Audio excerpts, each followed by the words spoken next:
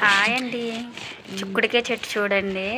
ఆ చిక్కుడుకాయలు తయారైపోయినాయి. అమ్మ వాళ్ళ ఇంటికి వచ్చాను. చిక్కుడుకాయ చెట్టు అండి, చూడండి ఎలా పాకేసిందో. చెట్టు నిండా కాయలు ఉన్నాయి, కానీ అసలు కనిపించట్లేదు.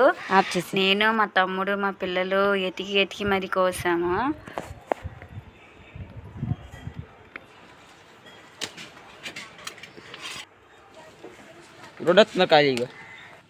చిక్కుడుకాయ పువ్వు చూసారా ఎంత అందంగా ఉందో. అసలు వెతికి కొందికి కనిపిస్తున్నాయండి. ఇది కనుపు చిక్కుడు అంటారు. చలికాలం సంక్రాంతి మధ్యలో ఈ కాయ వస్తుందండి. చూడండి అసలు కాయ అయితే చాలా బాగుంటుంది. ఇది ఫ్రై చేసుకోవచ్చు, చికెన్లో కూడా వండుకుంటారండి. కనుపు చిక్కుడు గింజ అయితే చాలా బాగుంటుంది. దీనికి కండ తక్కువ గింజ ఎక్కువ ఉంటుందండి. ఇక చూడండి మా తమ్ముడు, ఇదే ఏదో ఒక సామెత ఉంటుంది కండి, పాది ఒకసారి పెట్టిన ప్లేస్ ఉన్న చోట మొత్తం పాకేస్తుంది. కాకులు దూరని కాకడివి, చీమల దూరని చీమడివి లాగా చూడండి అసలు ఎలా పాకేసిందో.